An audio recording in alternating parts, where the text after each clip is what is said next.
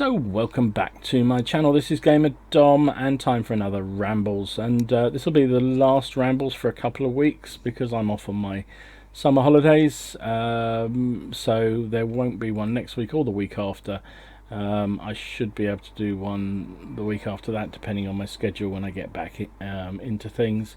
Apologies for that. Also, there'll be video every day this week, but as of next week I'm going to go to a reduced posting schedule because I haven't got enough videos to stick out for a whole time I'm out of circulation. So I'm sorry about that, regulars out there, but you'll get a few videos just to keep you ticking over, and hopefully normal service will resume when I come back bronzed and looking like Adonis.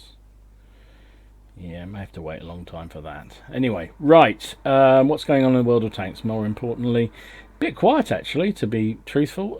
Often happens that we had Tank Fest last week, or last weekend, and often after a big event like that, sort of a showcase thing that Wargaming get involved in, it's a little bit quieter, and that seems to be the case this year again.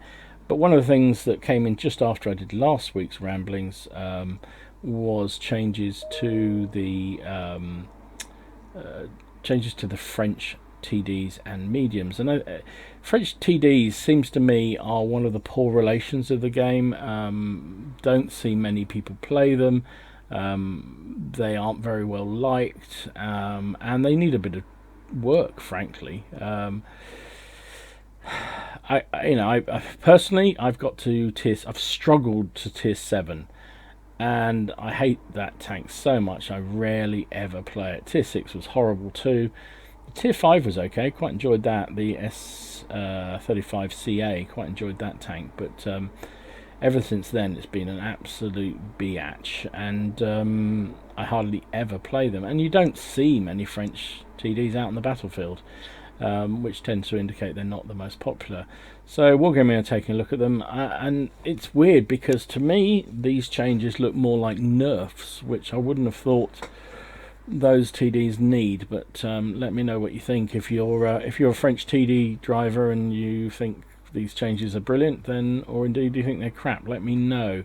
So starting at tier 9, again they're looking at trying to standardize how the tech trees work, so that there's a logic behind how they promote and how you work through the different lines. So you don't jump from one style of tank to a completely different style as you go up a tier, but there's a sort of symmetry and logic of how the progression works. So the tier 10 has an autoloader, but the other two, tier 8 and tier 9, do not currently. So they're super testing putting autoloaders on both the 8s and 9s, and that has quite considerable impact on how they perform, because autoloaders tend to have lower DPM and lower accuracy because of the magazine system on them. Also, it means you won't be able to use a rammer anymore, because rammers don't work with autoloaders.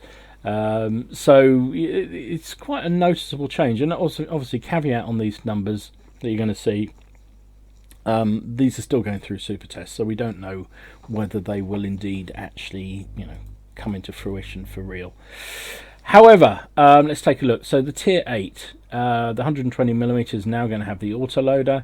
It's a 3-shell magazine, which is pretty pathetic.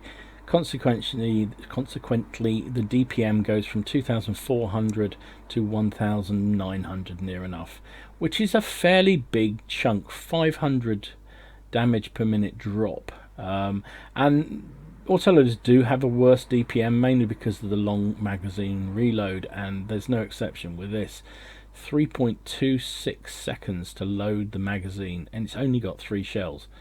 You're going to be sitting around picking your nose while you're waiting for the thing to reload. That's horrible. That is horrible. Just 3 shells for 30 seconds. That's 10 seconds a shell. That's, even I can do that maths. Wow. That's pretty good. Pretty poor. Pretty awful. Rate of fire decrease is from 6 seconds to 4.7. Yeah, that's because of the magazine. Per shot reload is 2.7, which seems fairly reasonable. But then you look at the aim time. Yeah, actually no, that's fine. So the aim time has been decreased from 2.7, which is basically the same as the reload time for each shell, to 2.59. So that's actually a pointless stat, really, in my mind, because most often you're going to be firing an autoloader at the same target. So you can imagine you've got your TD set up in an ambush position, you fire one shot, you reload, you fire again, sometimes you have to then scoot, sometimes you fire again, but whatever, you fire generally at the same target. And the biggest change on these things is waiting for the aim time often to load back in. There are some tank destroyers and some guns generally, especially with autoloaders, where the MX 1357 is one that comes to mind, where it reloads quicker than the aim time. So if you don't have huge discipline, you can end up spraying bullets all over the place because your aim's completely off. At least this one, it does aim in quicker than it reloads, but it aims in quicker than it reloads. So you've aimed in, you're sitting there for a few seconds while you're waiting for the shell to actually get into the chamber, and you can pull the trigger again. Seems a bit pointless to me. And they've nerfed its accuracy, so it's gone from 0.316 to 0.35. Again, for considering this tank line is supposed to be underappreciated and underloved, nerfing anything, is that a really good idea? So you're reducing its rate of fire, you're reducing its DPM, you're putting a load time that takes a month of Sundays to do, and then you're nerfing its accuracy. But don't worry, you get an aim time that's better, but actually doesn't really matter because you won't have a shell in the breech to be able to take advantage of that. Side armor gets better from 40 to 55 millimeters. Well, that's good. And dispersion when you rotate the turret, rotate the hull is better from 0.23 to 0.134. Also, dispersion on the move is better, so 5.98 to 3.49. So that's all good, and you also get 2 extra shells. Whoopie doos. Overall, to me, that looks like a dog. Smells like a dog. It already was a dog, so yeah, not going to be great. The Tier 9, the AMX 50 Foch, again, putting the autoloader on it. Another DPM drop, although not as marked. It goes from 2.69 to 2,690 to 2,400. So not such a significant drop, and that's largely because this has a 4-shell magazine. Still takes 32 seconds to reload, which is it's awful. And rate of fire goes from 6.7 to 6.0. So yeah. Reload of each shot is 2.4. What's the aim time on this one? This one, aim time has gone from 2.21 to 2.4. So basically the same length of time as the shot reloads, you will be re-aimed. So that's actually fine. I don't have a problem with that. Side armor has got better by quite a lot, 40 to 70. So yeah, I guess that's good. You can probably side scrape or angle yourself a bit between reloading. I don't know. But it's a TD. When you get, I don't know. Anyway, accuracy also nerfed 0.326 to 0.336. Again, same point. I don't understand why you're going to reduce the accuracy on a tank that nobody wants to play. Dispersion when the hull rotates has got better. Dispersion when you're moving at maximum speed has also got better, but when are you going to fire these sort of guns on the move? Unlikely. Decreased dispersion during hull rotation at maximum speed has got better, and ammo capacity has gone up by 4 shells. So Tier 10, now they've changed the name, or proposing to change the name of the Tier 10 from the AMX 50 Foch 155 to the AMX 50 Foch B. Don't think that has any material change particularly. However, they are removing the top gun. The 155mm is coming off it, and they're putting the 120 on it, which is the same gun as the previous 2 tiers. Presumably you'll have much better gun handling. I would hope so. The engine is also improved by the look of it. Side armor again improved from 40 to 70. Ammo capacity doubles from 40 to 80. I don't know whether that was a thing with the Foch 155. Did it run out of shells very frequently? But can't see it's going to run out of shells with 80 on board now. Camo value goes from 3.2 to 4.37, so pretty awful. Actually, no, that's better. Sorry, rewind. Nobody noticed. It's actually your camo gets better the higher the value that is. So it's slightly better camo, still not great.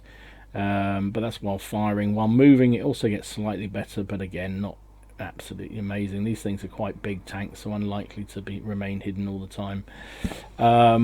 You've got what else we got? Reduced ammo costs. Well, that's good. Go for basically 500 credits less per shell. That's got to be a good thing. Engine hit points get better, so by 100, so chances of the engine being knocked out has been improved, which is good. Power to weight ratio improves by 0.5, so again, got to be good. But the accuracy goes, oh no, accuracy is better, so they've improved the accuracy on the tier 10, 0.345 to 0.326. Interesting. They've nerfed it on the other two, but improved it on the tier 10. Aim time is also better, 2.88 to 2.21. So again, good. And 2.21. I don't know what the reload time is on this gun, so I can't tell you that. Dispersion during rotation, hull rotation, it also gets better, as does dispersion while moving, and dispersion while rotating at maximum speed. All get better. You also get an extra 1 degree of gun depression and 6 degrees of gun elevation, so again, all good. Penetration, however, is reduced for its main gun. Well, it would be. It's gone from 155 to 120, from 293 to 257. That is god awful for a tier 10. I'm sorry, that is terrible. Jeez, there's tier 8s that got better than that. Wow. Damage has been also reduced from 750 to 400. And your chance of damage, module damage, is also reduced by what's that? 50, 45, 50. I don't know, whatever. 210 to 165. DPM, however, has gone up considerably by 700, 2,300. But that's fine. But if you can't pen anything, what's the point? You're just wasting shells. And the magazine reload has got better by a lot, 47.9. God, that was terrible. Nearly 48 seconds to reload the magazine. It's now going to be 36. I guess that's because it's a much smaller shell size. Rate of fire increases from 3.106 to 7.752. So virtually more than doubled rate of fire. So yeah. Magazine goes from 3 to 6 shells. So again, that's good. Reduced per shot reload from 5 to 2 seconds, so you reload quicker. Muzzle velocity increases considerably, 826 to 1065. Now, people wonder what the muzzle velocity means and why it's important. Well, obviously, that if the higher the velocity of the shell coming out the gun, the better the chances of, well, you don't have to lead the shell as much. The time that it takes for the shell to come out the gun and hit the target is much less than if the velocity's lower. So that's a good thing. But this tier 10, I mean, by taking the best gun away, by reducing its penetration as a consequence, you're basically going to have a gun that just spams shells left, right and center. Now that's fine when you're going to be, you know, in the top 3 as a tier 10 and you're up against tier 8s. That's probably okay, you can probably deal with that. But if you're up against a whole load of tier 10s or even tier 9s with lots of armor, wow, this thing's going to be a complete liability. Or maybe you just load up with gold. Maybe that's what they're looking for.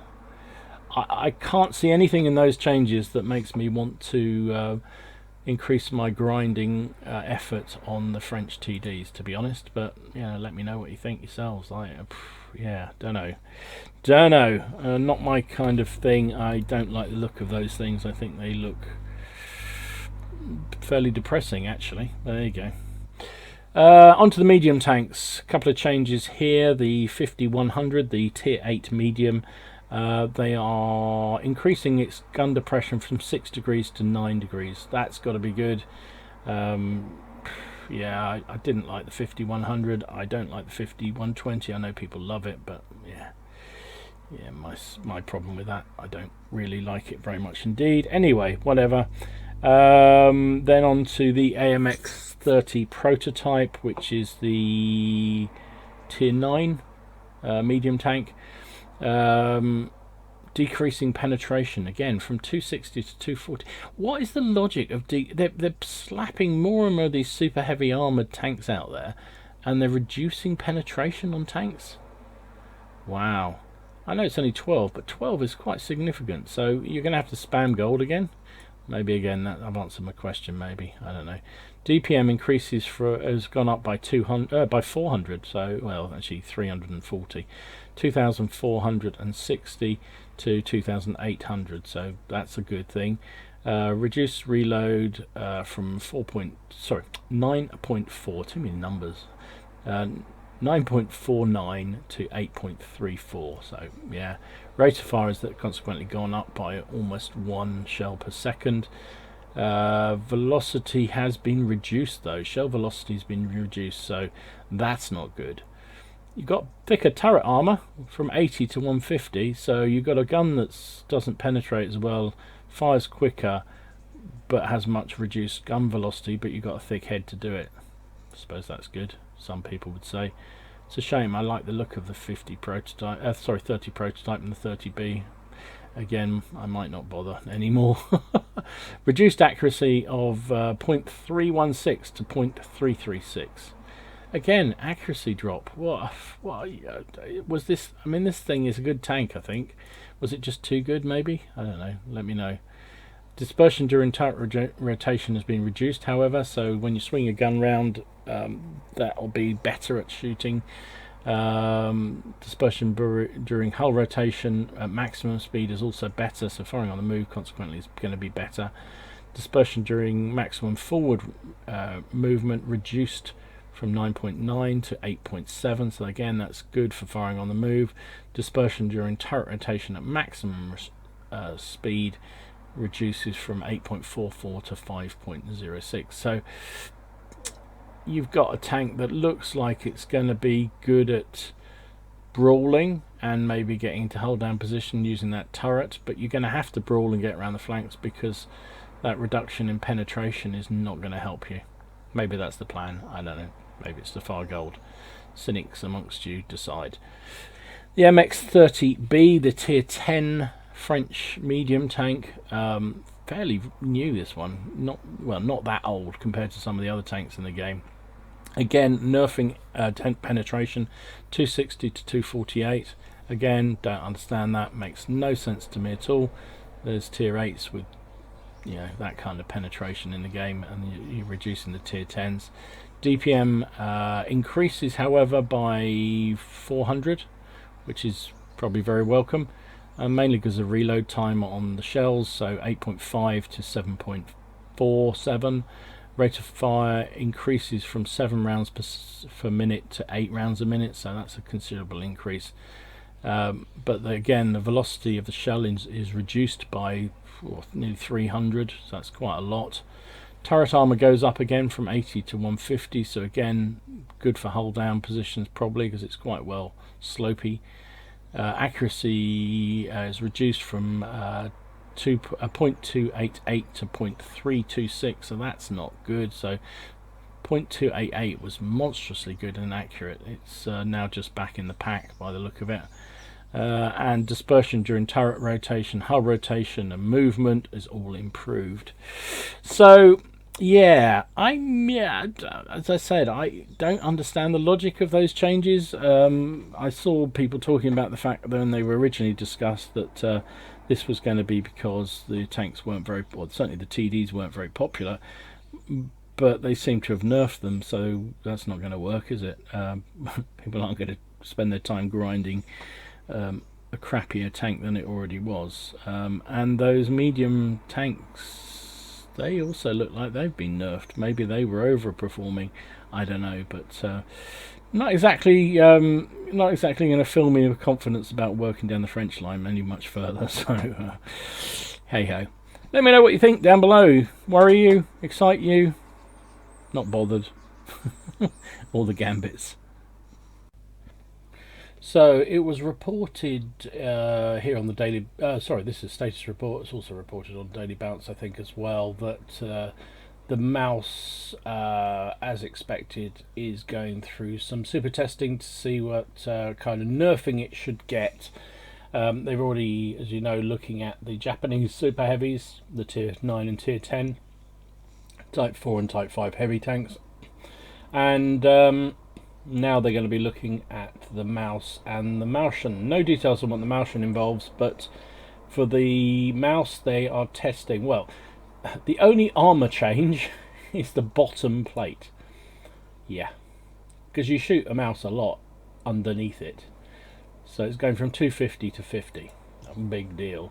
More significant is the changes to the... Can't you read Russian here? Okay, I'll tell you what that is. Hit points.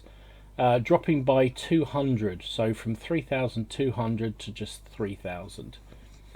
Not a big change, but it's a change. The other thing they're looking at is nerfing its reload time from 12 seconds to 13.3. Still doesn't seem enough to me. Rate of fire is now looking at 5.214 as opposed to 4.705. So half a round a second less, something like that, which means a DPM change of about 200 without any equipment and so forth. So personally, it's not the... Well, yeah, it is. The gun is ridiculous on the mouse now. I think also they need to do something about weakening the armor. I think it's just gone too far.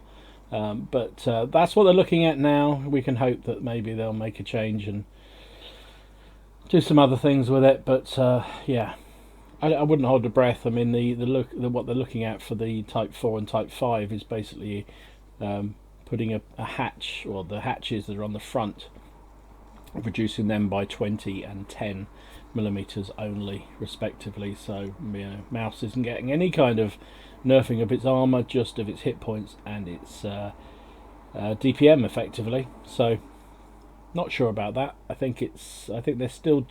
I'm torn, to be absolutely honest. I'm really torn. I think these super heavies are just too strong. They force you to fire gold. However, I do agree that heavy tanks should have heavy armor. But they need to have weak spots that any tank can have a go at going at. So whether that's, you know, flat, easy to pen sides or something like that make them relatively easy to take on. Of course, you know, subject to maps, and we all know what they're like. So I don't know. Anyway, they're testing it. We'll see what happens. So you can hear the wailing in clans around the land. Super testing of the Batchat 25T. Changes to the tank, the aforementioned tank. This is the tier 10 French medium tank, the bane of anybody who plays up at the high tiers. This thing is just, in the hands of somebody who knows what they're doing, is just a biatch of the first order. It takes a long time to reload its clip, but when it launches an attack on somebody, it moves very, very rapidly, surprisingly bouncy. It's got no armor, and it always seems to bounce shells. I don't know how it does it. But it, you know, ability to, once it latches onto somebody and unleash its torrent of shells out of that clipped gun, is quite scary. But they're going to nerf it. Hooray! Well, I say hooray, I haven't got to it. I'd love to have a go at it. I've only ever played it on the test server. Haven't got that far on the French line. But people aren't going to be happy. This is super test numbers again, so usual caveat. Don't know whether they'll come into the game or whether they'll be changed significantly when it does. But they are testing some significant changes to the Batchat 25T, potentially coming in patch 9.20. And when they make it an HD model, this is what's moving the changes. Now, generally, when they change tanks to HD, there's a little bit of tinkering around the edges, a bit of armor changes, little things like that. But this time, they're looking at changing the role of this tank completely to make it different from the mediums and the heavies that are out there. Interesting that they're thinking about this. What are they doing? Well, you can see the pictures look pretty good. I think this looks quite an interesting vehicle. It looks like the 12 tons and the others that are in this line, so I guess that's what they're looking for. Hit points 1,800, don't think that's changed. Armor 60, 40, 30. Turret 50, 30, 15. So how the hell does it bounce my shells? But it does all the frigging time. The biggest change is clip. So this thing will no longer be able to clip enemies quite as much as it did. It's going to have a six. It's going to have a 6 shell clip, which it currently has 5, so that's gone up, which has got to be good, right, for those drivers. However, it's having a nerf in penetration, so not much. From it's currently 259, goes to 252, and with premium rounds. Oops, excuse me. Premium rounds currently have that's wrong, I'm just looking for it, sorry, 390, so that's a big drop from 390 to 278. That's a massive drop. And also damage inflicted, currently it's 390 average, and it's going down to 300, so you get a bigger clip but do less damage and have less pen. So ow, people aren't going to be happy with this. This will have the unicums jumping up and down, an annoyance. Good to you two. Sorry, that made someone laugh last time I did a raspberry, so I'll just do it again.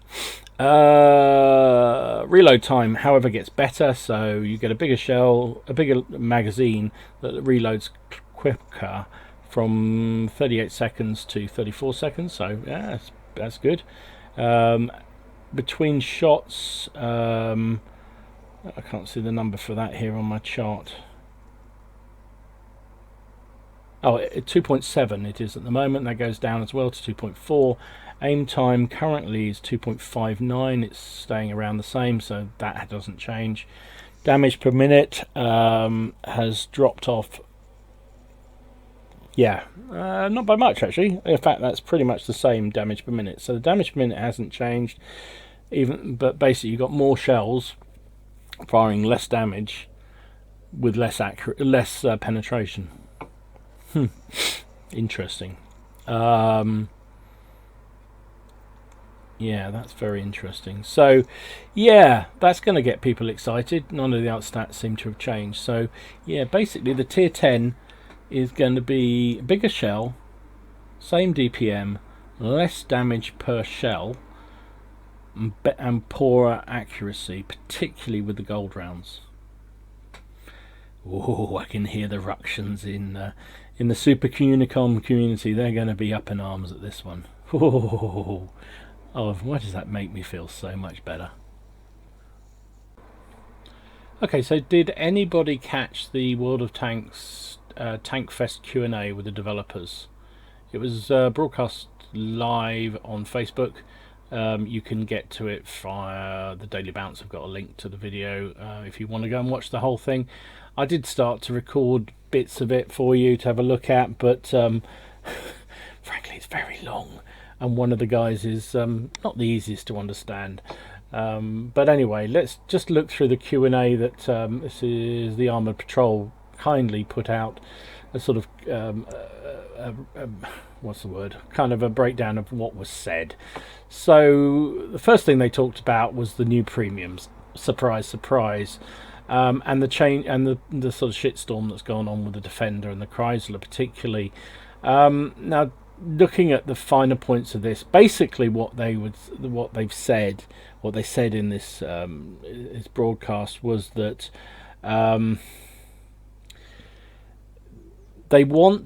there were so many people complaining that armor had no relevance in the game anymore, that they wanted to create some vehicles, some lines that had better armor than others. So obviously the Japanese super heavies and the German mouse line were sort of identified as the ones that would have the armor, and therefore they needed to up the armor. Now the problem is, because, and they didn't say this particularly, but the problem is that over years of allowing people to use gold, gold, gold, gold, gold, it means you have to increase the armor even more, which means if you don't use gold, the tank gets even more challenging to pen. So it's been a problem of their own creation, when they could have actually reduced the amount of gold shells that people use, or reduced the penetration of gold. I don't know, just stop gold, maybe that would have been the option.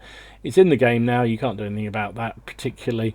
But they tried to up armor some tanks to make armor more relevant, and what kind of came out of this discussion was the fact that clearly their testing process is shit.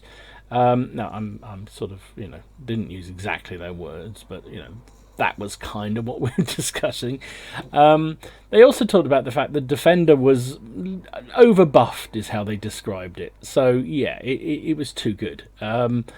And as a consequence, they're not going to be selling that anytime soon. Now, they didn't say never, but then they said never about the Mutant and still sold it. They said never about the E25 and still sold it, so I wouldn't believe them if they did. But Defender certainly will not be sold very often moving forward, which is a good thing.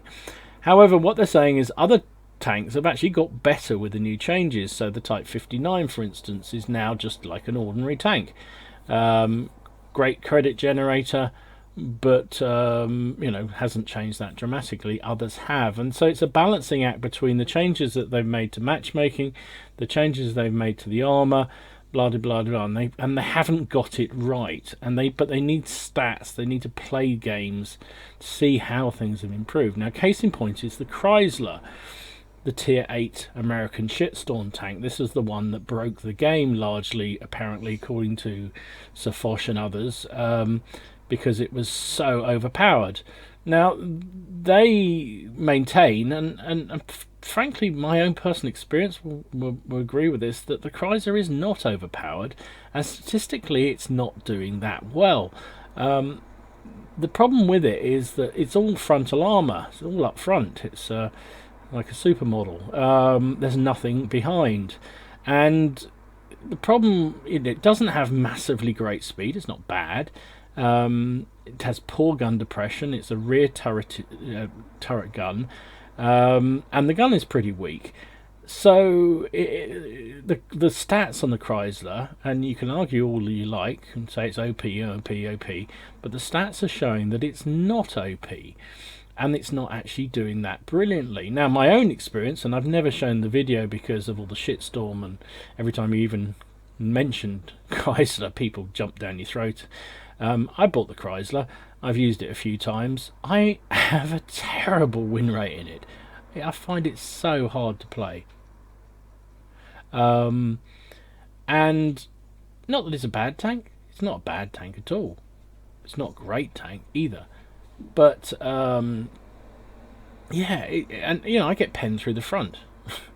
This super armor that's supposed to be impenetrable, I get shot through the front.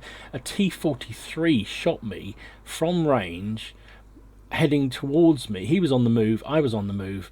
I was slightly angled, he still shot me, must have hit me through the lower plate and killed me one time. T-43.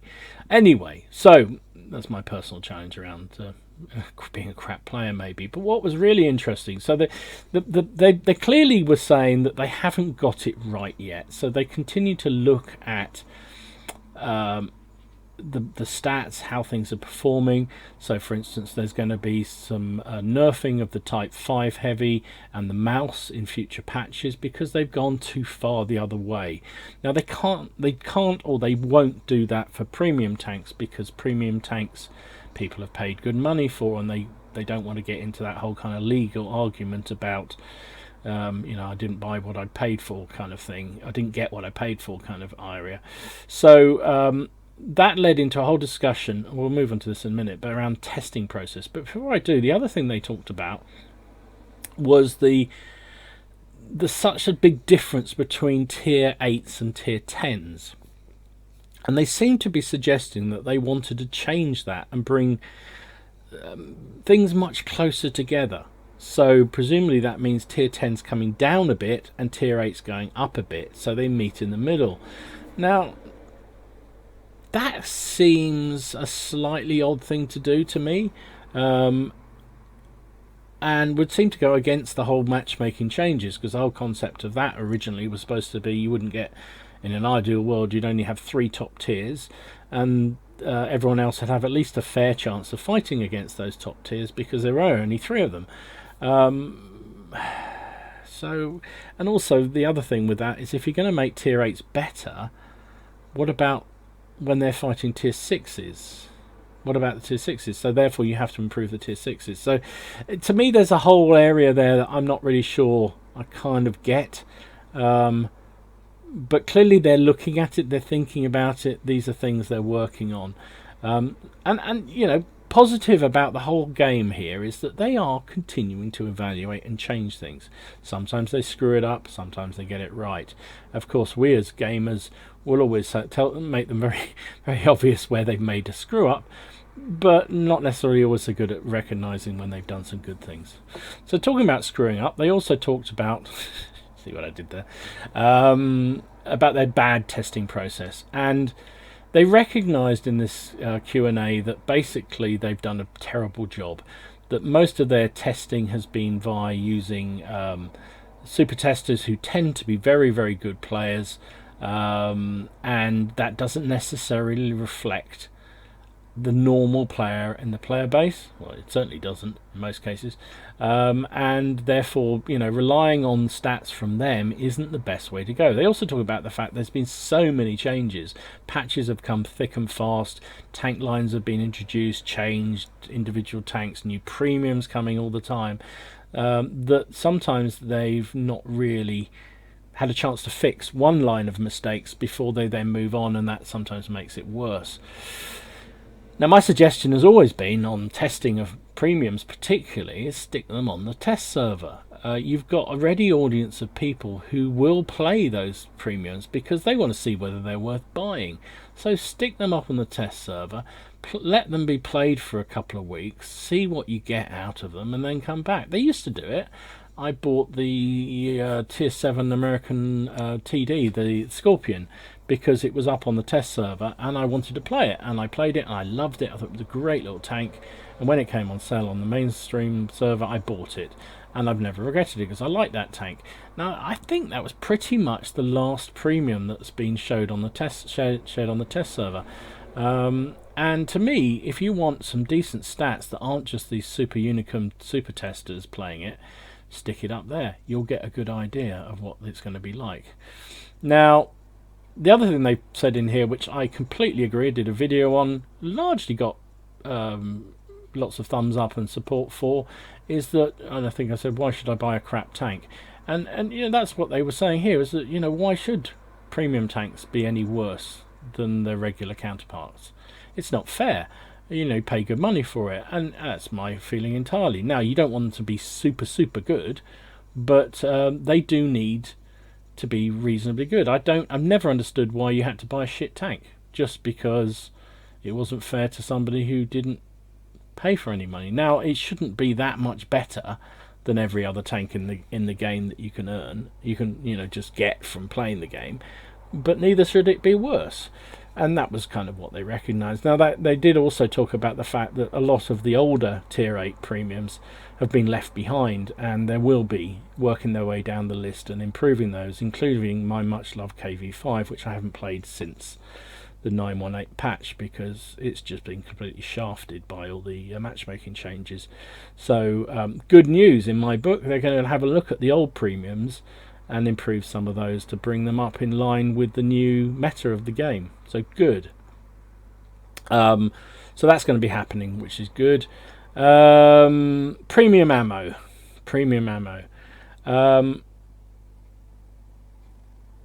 They're currently looking at removing the price of premium ammo in gold. So the whole idea is that, so currently what does happen with some individuals, they will go and buy, they've got more money than sense, or they just love spending money on this game, they'll go and spend a load of money on gold, they'll then just buy gold ammo and fire that all day long. You can also obviously earn it through credits, but then to do that you have to play the game, you have to earn some credits, you have to play well, blah de blah de blah. So what they're thinking about doing, which I think is a good move, let me know what you think in the comments. Sorry, just moving around. Oh, got a stiff back. Is removing the option to buy premium ammunition with gold. So you will only be able to buy it with in-game credits. I think that's a good move, frankly. I think that's a good move. Maybe I'm wrong, but I think that's a really good thing to do. So you won't get these guys just chucking their credit card at the game to buy a premium ammunition. They will have to earn that premium ammunition. Now you could argue they'll just go and buy a premium tank but then have to play it, but at least they'll have to play a bit, get used to playing it, learn how to play the game before they can go out and just cram their next tank full of gold. It also means we won't talk about gold shells anymore because there won't be gold shells. Recent changes to artillery. What's your opinion on that, and can we expect more changes? RT needs some minor corrections, but it's looking good right now. So for those of you bitch moaning about artillery, it ain't going to change anytime soon. This is the way it's going to be. Now it does, obviously the next patch we will again be able to platoon up with RT players. If you happen to know any of those undesirables out there, I'm thinking about you, Scoot and Shoot. They can join a platoon as long as there is only one artillery in the platoon. Good, about bloody time. Now, what has happened with artillery is certainly at the higher tiers, or the mid to high tiers, you see a lot less artillery in the game. You still see quite a lot of top tiers, you still see quite a lot of lower tiers, but it has reduced the artillery menace, so to speak. But I still maintain you need artillery in the game. Otherwise, people are just going to sit behind, hold down positions, and with the corridor maps that such there are, you're just never going to get them out of there. When will the USSR buff be coming? For example, the IS-7. So this was talked about as coming in the next, I think 9.20. And he's saying for the next 2 patches going to be looking at buffing some of the USSR Russian tanks out there. Polish branch, when is it coming? So we know the Poodle, the tier 6 premium tank, is coming in the next patch. I think it's coming in 9.12, or maybe it is 9.2. Anyway, coming very, very soon. This is actually a captured German medium tank. It's actually a Panther prototype in Polish colours, and generally, as we know, Wargaming bring in a premium tank around tier 6 a patch or 2 before the new branches come on, to give us a chance to train up a crew for when the actual branch comes in. So they're saying here the branch is coming, the Polish branch is coming, but we won't disclose dates. Excuse me. We didn't want to release it earlier since it could have been would have been a copy of other nations. Right. They're currently working through projects in the archives, and they've got 10 tanks and soon be adding those into the game. So not sure when, but it is coming, basically. Talking about matchmakers, they're saying people really like the new matchmaking. I don't. He's one that hates it. I would much rather go back to the pre-918, but that's never going to happen. So what do you think about it? Feedback from the inside is it's good, but we need to work further on it, especially on the lower tiers. We're quite happy with the two main problems that players complained about: artillery and matchmaking. Which we basically solved in one patch. Well, did you? I don't know, if you say so. But of course there's still work to be done, and huge changes to be monitored, and the stats show that feedback will change it. So, again, good to see they do actually look at it. Will there be changes to personal missions? To put bluntly, yes. We're waiting for stats, and we'll work based on that. So again, looking at the numbers, seeing what happens. Ranked battles. Gold spammers unite. Many like the mode, do they? But the rewards are questionable, meaning the improved equipment. Yes, we've noticed the feedback of players. This is a test season. We're trying many new things with it: matchmaking, ranks, economy, rewards and bonds. The best players can buy 2 improved equipment for bonds, and this is not much. It is if they're frigging good players. You're giving the best players better equipment. What are you having a laugh? Bonds are currently present only in ranked battles, but we plan to include them elsewhere as well, and presumably in the shop as well. We can include bonds in marathons, and I think there's more possibilities of rewards. So basically, they're not saying that they're going to remove these bonds. They're basically just going to say, we'll give them to everybody so everybody can get them and get better. I just think that's fundamentally wrong. But when are we going to see new modes? 30v30 testing went well, but we can't say when it's going to go live. HD maps, when are they coming? They'll be implemented. They'll all be implemented at once. The rendering technology is done, and we're currently working on the maps themselves.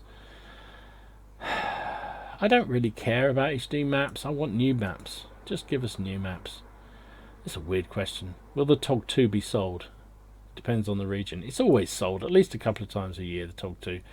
By the way, guys, got a brilliant TOG 2 game coming up in a week or so's time. I've queued it, done the video. Absolutely awesome. Guy just absolutely runs rampant. Well, actually, you don't run rampant in a TOG, but you know what I mean.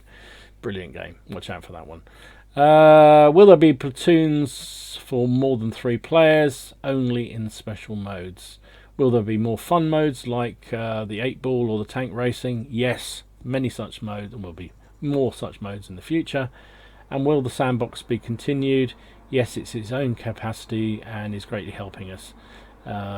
So interesting changes. Don't know what you picked up from that. I like the fact they acknowledge they screwed up. I like the fact they're looking to buff a few things.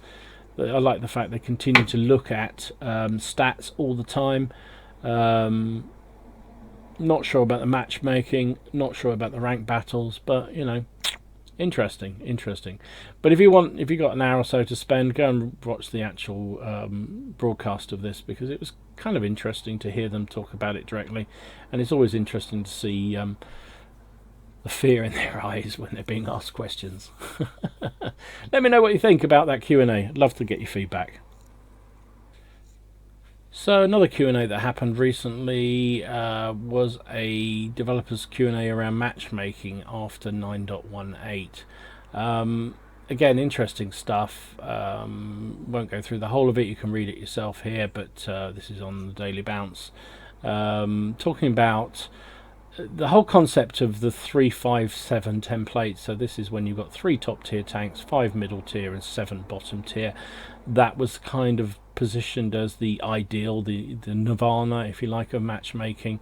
And the idea was that if you were in a tier 8 tank against tier 10s, there were only going to be 3 tier 10s, and you'd always have other tanks you could deal with. So you had the other 7 tier 8s and probably the tier 5s that you could deal with before you had, at least then you didn't have to go up. In the old matchmaking on very rare occasions, you'd find yourself in a match upper with, I don't know, 9 or 10 tier 10s, and you were the bottom tier 8 on your own, and even the enemy team didn't have a tier 8. That hasn't happened. That's one of the good things with the new changes. I don't like the new matchmaker very much, but that is definitely one of the positives around it. So one of the questions is why are there so many same tier and so few 3-5-7 battles, if that's the ideal? And they've said it's not the case. Actually, 3-5-7s are the most common by far. So more than 65% of all battles fought at tier 6 to 10 are in 3-5-7 setup. About 25% are 2-tier battles, so basically 5 top tiers and 10 bottom tiers, and only 10% are in all tier games, all the same tier games. Of course, you might have played several 1 or 2 tier games in a row and therefore have a different impression. Currently we use a mechanic which attempts to limit the number of battles played at the bottom of the team list, but waiting for if battle takes too long, the matchmaker will send the player into battle regardless in the position of their in the team. So now I thought when they first brought out the patch, 3-5-3s were a rarity. They do seem to be much more common than they were. Now I have been collecting all the stats of all my games. I know, sad, isn't it? It's just a screen grab of every load-in screen for the last couple of weeks or more. If I get a chance, I will go through those and let you know how it stands. But I think, in fairness, when it first started, I rarely got top tier and I rarely got 357s. It's definitely come on much more. But what I do notice is that certain tanks and certain classes of tanks seem to get top tier much more frequently than others. So light tanks, artillery, for some reason, seem to get top tier more often than they don't, or at least as often as they don't. Heavies, much less common. Mediums, fairly even. That's TDs all over the show. Generally, TDs actually a lower tier. They don't tend to get very high tier games very often. That's my personal experience, but I'll let you know the stats mark that out. But let me know, is that what you found? SPGs and light tanks, they're everywhere. Why are there so many? I can't say that I found that. I find there's less artillery for sure in the sort of tier 6 and upwards games, up until you get to 10, when you seem to see quite a lot there. But they say no. So after the new matchmaker, you only see 3 artillery in 10.7% of the games, as opposed to nearly a quarter under the old matching. Wow. 2 artillery is a bit more similar to how it used to be, 28.6, now 24.3. 1 self-propelled gun was a third of the time previously, now it's nearly 40% of the time. And no artillery, 26% of the time you don't get any artillery, which is kind of what I would guess. And looking at the tierings, this is number of light tanks, so the average number of light tanks has remained about the same. So in tier 8 battles, 2.3, 2.3. But what I will say is they always tend to be top tier. Don't know why. Tier 9 battles, 3.11 previously, now it's 2.63. Tier 10's 2.87 and 2.36, so not a huge difference. 3 self-propelled guns is this normal. We kind of addressed that one. How is it possible that one of the team has a self-propelled gun or a light tank while the other one doesn't? Personally, I've not seen this as a problem. I can't remember ever, I think I'll say ever, seeing a game where one side has an artillery and the other side doesn't. And even not being even, it used to happen on the old matchmaking. Occasionally you get 3 artillery on one side, or 4 on one side and 3 on the other, and 2, so it would be 1 difference.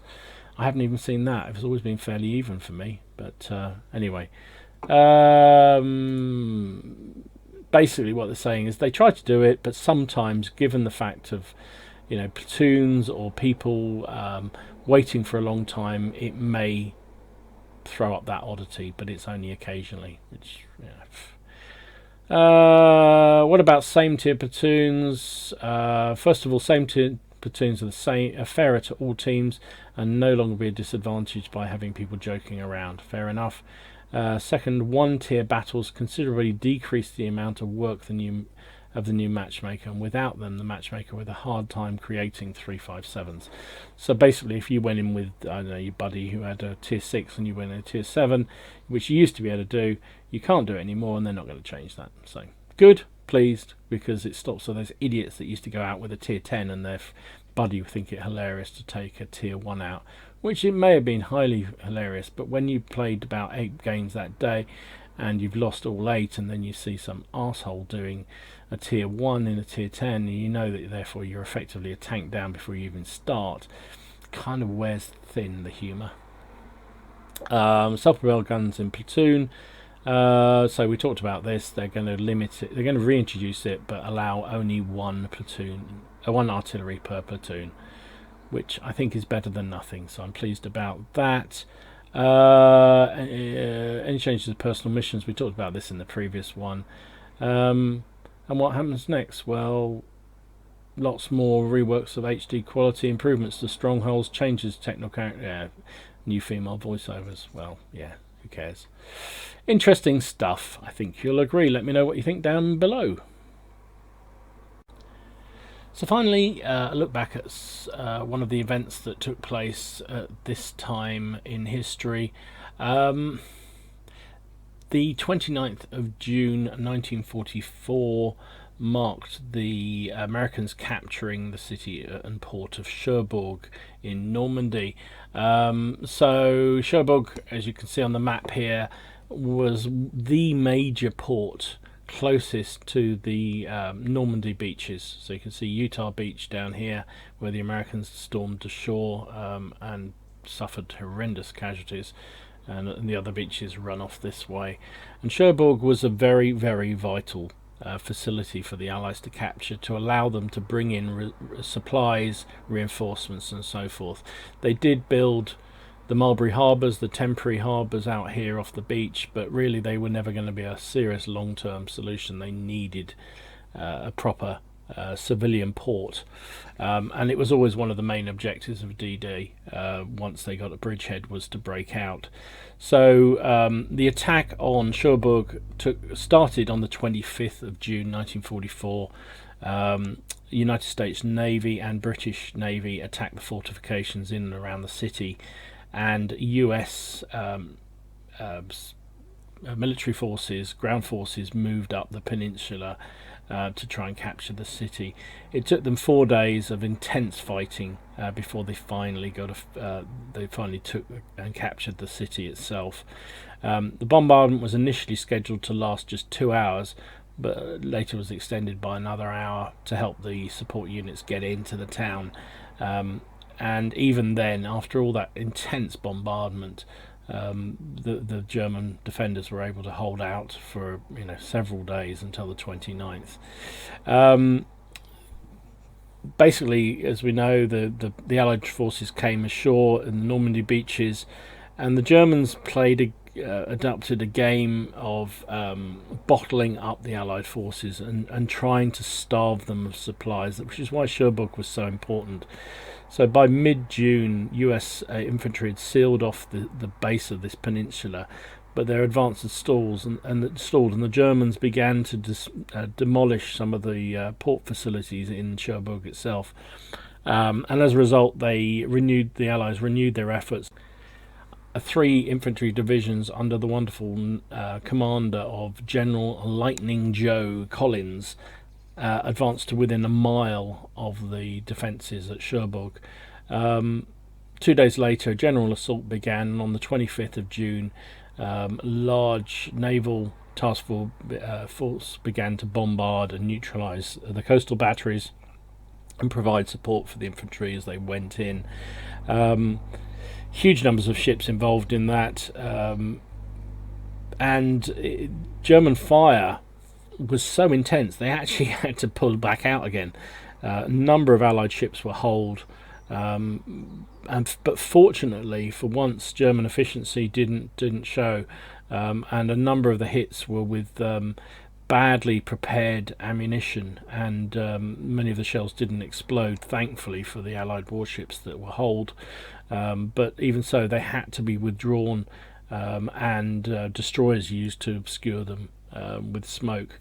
So it was an intense bombardment, went on for several hours, with engagements coming down to about 2,000 yards, which for a naval engagement is extremely close. But ultimately they were able to disable pretty much all the guns on the shore and knock out all the casements and all the defences that were holding the Allies back. And as I say, by the 29th of June, today, 1944, Lightning Joe Collins managed to take the surrender of the remaining forces in Cherbourg and capture the city and the town and the port, most importantly, for the Allies to be able to ship troops in and ship all the materials they needed to continue the reconquest of France, and then push on through Holland and into Germany itself, and ultimately finish the war.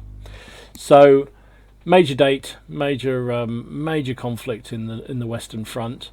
Intense fighting, as there always was in this period of the war, particularly around Normandy, as the Allied troops tried to break through some pretty fierce and very dogged resistance by the German forces. Anyway, hope you found that useful and interesting. As I say, I'm off on my holidays this weekend, so I won't be around, but if you've got any Any comments, please do put them down below as ever. I love to hear from you all. It's really great to get feedback. Hope you enjoyed the video. If you did, give it a like and subscribe to the channel if you haven't already done so. And in the meantime, I will see you again soon. Enjoy your games, have fun, try not to take it too seriously. I certainly won't. I'm going to off to Greece to drink lots of Retsina and whatever that very powerful spirit is that they drink over there, and forget all about World of Tanks for a couple of weeks. See you later.